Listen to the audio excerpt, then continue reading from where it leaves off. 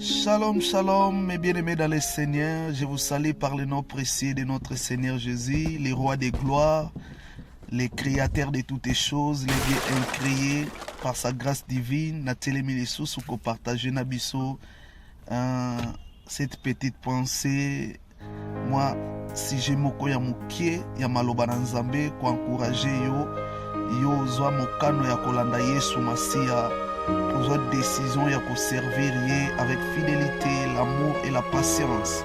Et nous avons partagé cette petite pensée. Zamba pambola yo zolanda na YouTube nangai, na TikTok, zamba pambola yo, partagez cette vidéo et commentez pour que bamisusu pe ba bénéficier na pensée divine au nzamba tekati nangai. Na kolobela l'histoire ya Pierre lorsque Jésus marchait sur les eaux.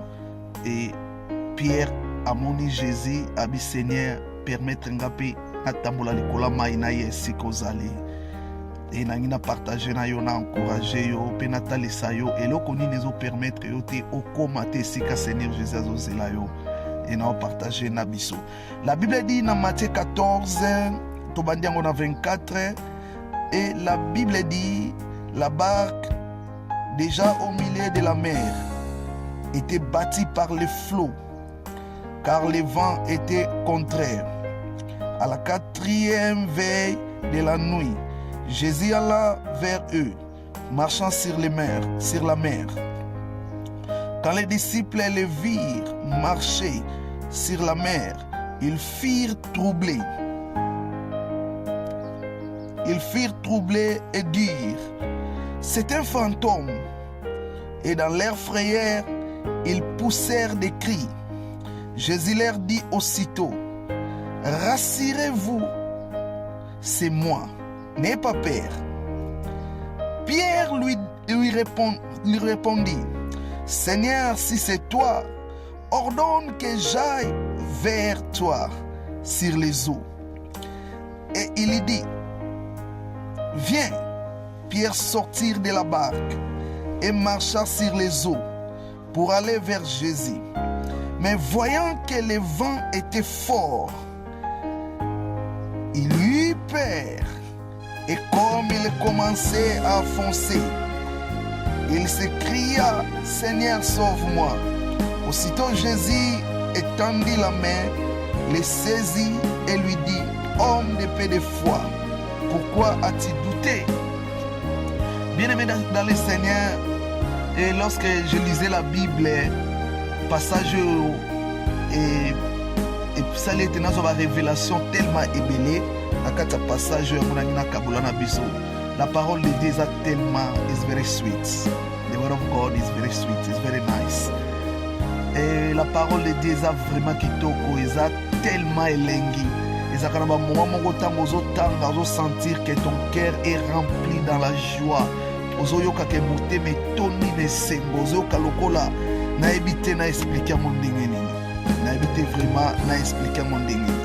Bible elobi na ngai lorsque Jésus azaki na badisciple avant basala voyage na bango foule ezaki ebele bato bazalaki ebele abisi bango bino bokende tokatisa ngambo mosusu me ngai na korejoindre bino na moyen nini oyo Jésus akoki korejoindre bango nga na yo toyebi te toyebaki te. Et lorsque babandi kokende Jésus ntango asilisi prière vers 4 heures asilisi prière na ye vers 4 heures abandi kotambola likolo mai mpona korejoindre badisciple e badisciple mpe na kati ya mai lorsque bazalaki na kati ya mai butu na bango mpe ezalaki facile te.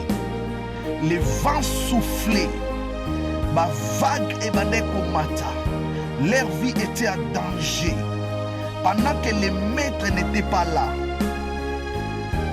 Bamomoko Nakatabar, les vents soufflaient, les vagues émanaient comme mata.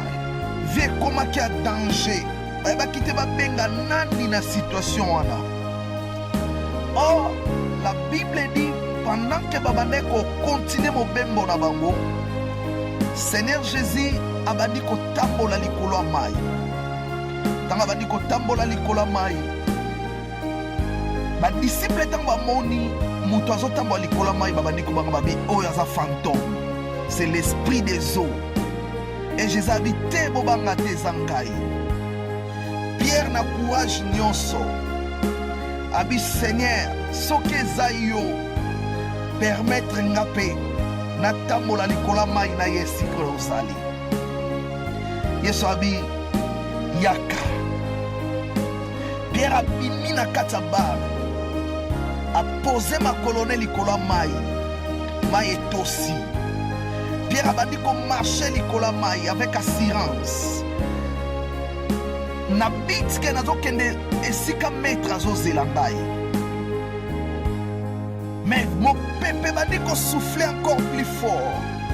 Et Pierre abandi ko banga. Doute ekoti. Abandi ko s'affoncer.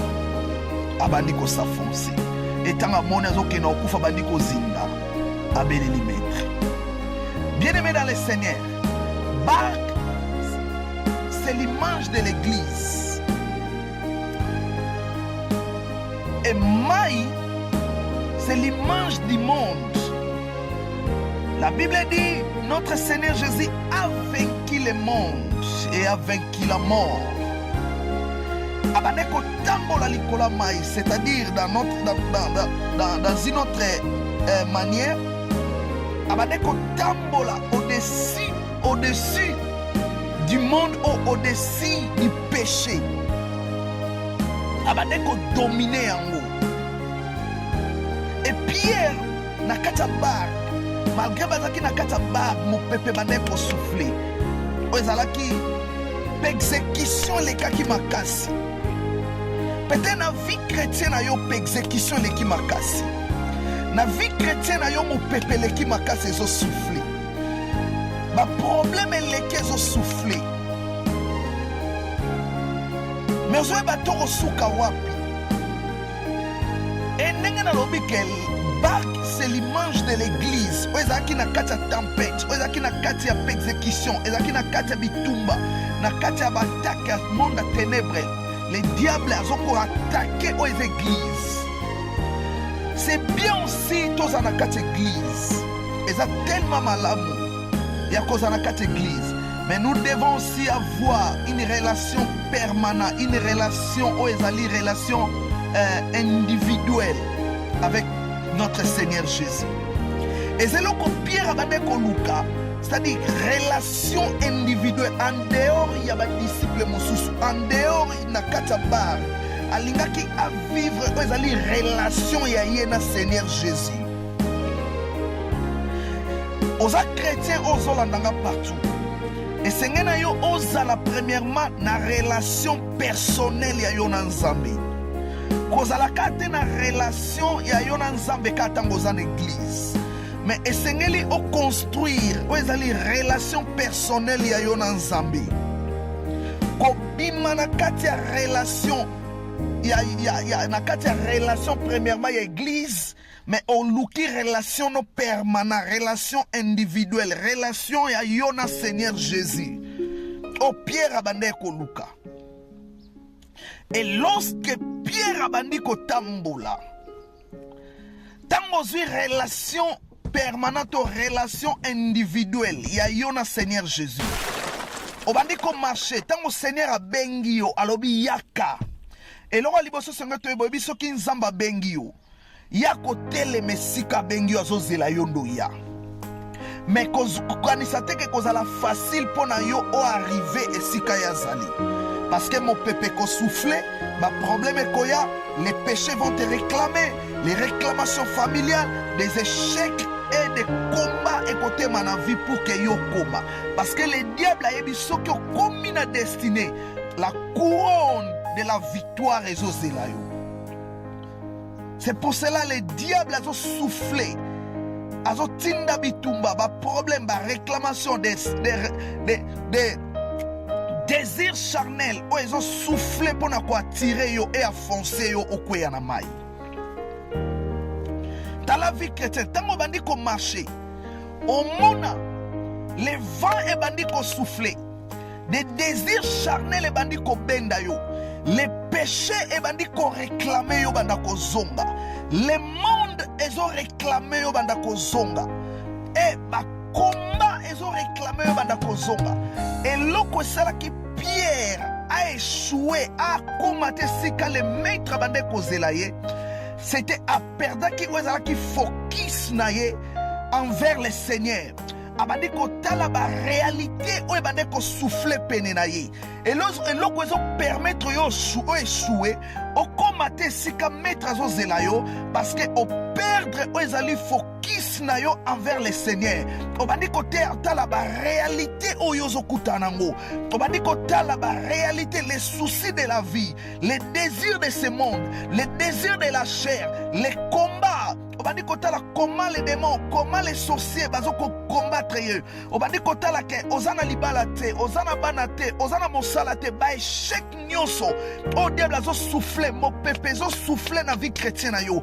Au lieu ozala focus là où le Seigneur t'appelle, mais yo komi focus na makambo ezoko combattre vie na yo, ezoko stresser vie na yo, ezoko combattre ta vie chrétienne, yango de permettre yo okoma focus na yango. Lorsque okoma focus na makambo oyo bien aimé, okoma te sika nzamba zozela yo, okoma te sika nzamba zozela yo, parce que okomi focus na makambo oyo ezo permettre yo te o avancer. Attends mon peuple souffler, attends ma réclamation de la chair, attends les désirs de la chair et zobengayo, les péchés et zobengayo, les sentiments qui les zobengayo, mais yo zala focus, zala concentré dans Zambé, zala concentré dans voyage dans Zambé, pour que au coma et si que Seigneur azozela yo, mon peuple souffler te souffler te. Échec to échec te, liwa to liwate, kozanga to kozwate, nyonso ezobeta na vie na yo. Bien aimé kozala concentré na moté, même si les démons, même si les sorciers, même si les combats se lèvent, yo kozala concentré na moté, mais yo zala concentré esika maître azozela yo, yo zala concentré esika ozokende. Bien aimé ntango kozala concentré na esika ozokende, okotambola likolo mai, okotambola likola banguna na yo, okotambola likola lisumu, okotambola likola mokili, okotambola likola besheke, okotambola likola ba problème, okotambola likola bitumba, okotambola likola makambo ezo silisa mayele na yo, parce que oza concentré na esika ozokende, oza concentré na esika mokeli abengi yo. Oui, mokeli ayebaki ndenge abengi yo, ba problème ekoya, ba échec ekoya, ba exécution ekoya, lisumu ekotelema, makambo ekotelema, mais yo zala concentré na esika ozokende, okoma na destiné. Yo pe osi okwei, oyebi ke si okwei ozoyoka ngai, kotikala te ya kokweya. Belela Seigneur Jésus a relevé, ndenge Pierre a belela ki, kama monike non a échoué déjà, na bandi kozinda déjà na mai, asali appel, a dit Seigneur sauve-moi. Bien aimé dans le Seigneur, les soumous engloutir yo, au quoi déjà na impudicité, au quoi déjà na kata makamba mokili, na ba désir charnel, na ba désir de ce monde. Bien aimé kotika na nesiko alate, belela l'intervention divine, que le Seigneur te délivre, afin au koma nesiko azozela yo, afin au koma nesiko azozela yo, pona kosukisa. Soyez concentrés envers le Seigneur. Zala focus. Nesiko zokende, nesika Seigneur abengi. Zala concentré. Tambola likola mai. Kotala mo pepete. Kotala ba vague te. Kotala ba échec ya lobité. Kotala bitumba famité. Kotala bitumba oezo luka vina yote. Kotala lisumu te. Kotala technologie te. Kotala mokilité. Mais yo zala concentré. Continuez marche na yo. Créer relation permanente yo na Nzambe. Continuer marche na yo. Kotala matlicho te. Bato bazo kwa kamabanga. Bato bazo ko humilier yo. Bato bazo finga yo. La exécution est telemi. Mais yo kotala yango te. Zala concentré. Et si ka Yesu azozela yo. Et si kwa azozela yo. Eza na récompense munene ezozela yo. Nazo ebisa yo ko abandonner te. Kotika te. Zala concentré. Marche likola mai. Marcher likola mai, marcher likola ba problème na yo, marche likola b'échec na yo, marche likola bitumba, marche likola ba désir charnel, marche likola ba désir de ce monde, tambola likolo nango jusqu'à ce que okokoma. Bien-aimé dans le Seigneur, ça c'était ma pensée au nazalaki nango ya kokabola na yo. Partagez cette vision na yekana encourager yo ko abandonner te, marcher, marcher.